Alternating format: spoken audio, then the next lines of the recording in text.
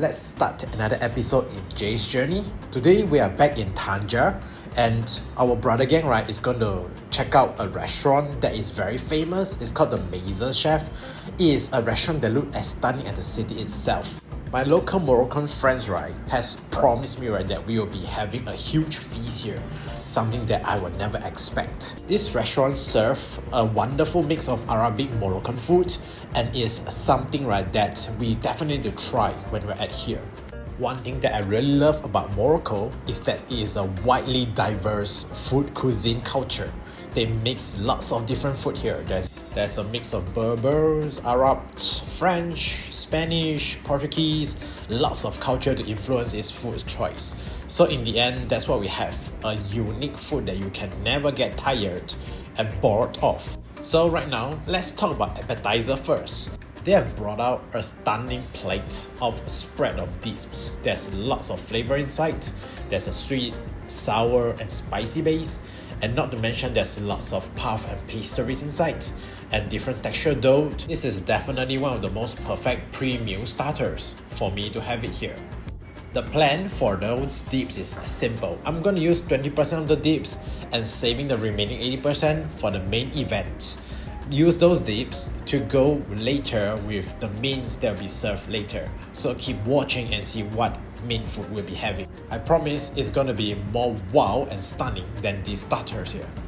As I'm not very familiar with Moroccan food, all these starters are pretty new to me, so it's very fun to try them one by one before I start to combine them for different tastes. And if you look closely at all these pastries served, you can definitely tell that Moroccans are very serious about their bread. It is definitely one of their staples. Everything is a bread base, and they have a lot of different texture bread. It's like each different dishes have a bread to pair with, and each bread have a different dip to pair with. So it is a very fun thing to try them on one by one.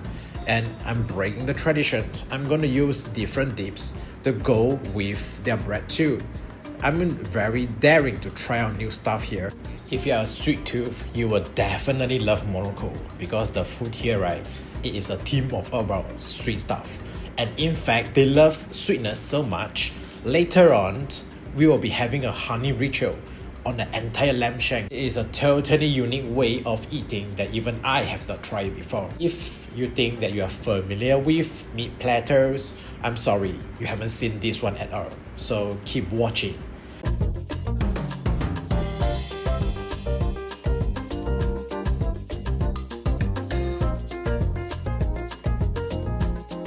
Now it's time to start the workout for the stomach.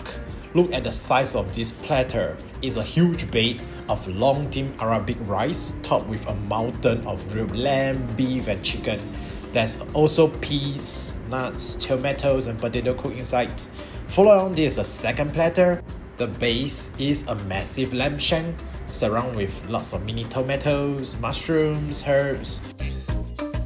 So let's go back to the first platter. The fragrance is gushing out of this dish like a volcanic smoke. The rice had absorbed the dripping from the grill, so it's really rich and fragrant. And with a little bit of the hummus dip that we have, it's absolutely perfection. Don't you remember all the previous dips that we have saved? All those dips offer different flavors for every bite. There's also two colors of this Arabic rice, and each different color, the white and the yellow, offer different tastes with it. By mixing all the different bites here with some rice and peas and with some kebab and the hummus dip, every mouthful is so fun. Moving on to the second platter, if you see what we're doing right now, we are doing the honey ritual, a huge splasher of Moroccan honey onto it, and now it's good to go. Now the rice had been mixed with all the grease from the lamb and the base sweetness from the honey. This totally is a perfect mix. And watch this. Using just a fork, I'm not even using a knife, a little tug and the meat is out. The bone is perfectly clean. That's how tender the meat is. The sweetness of the honey has cut through the thick fat of the lamb. So that's why when you mix it together, it tastes very good.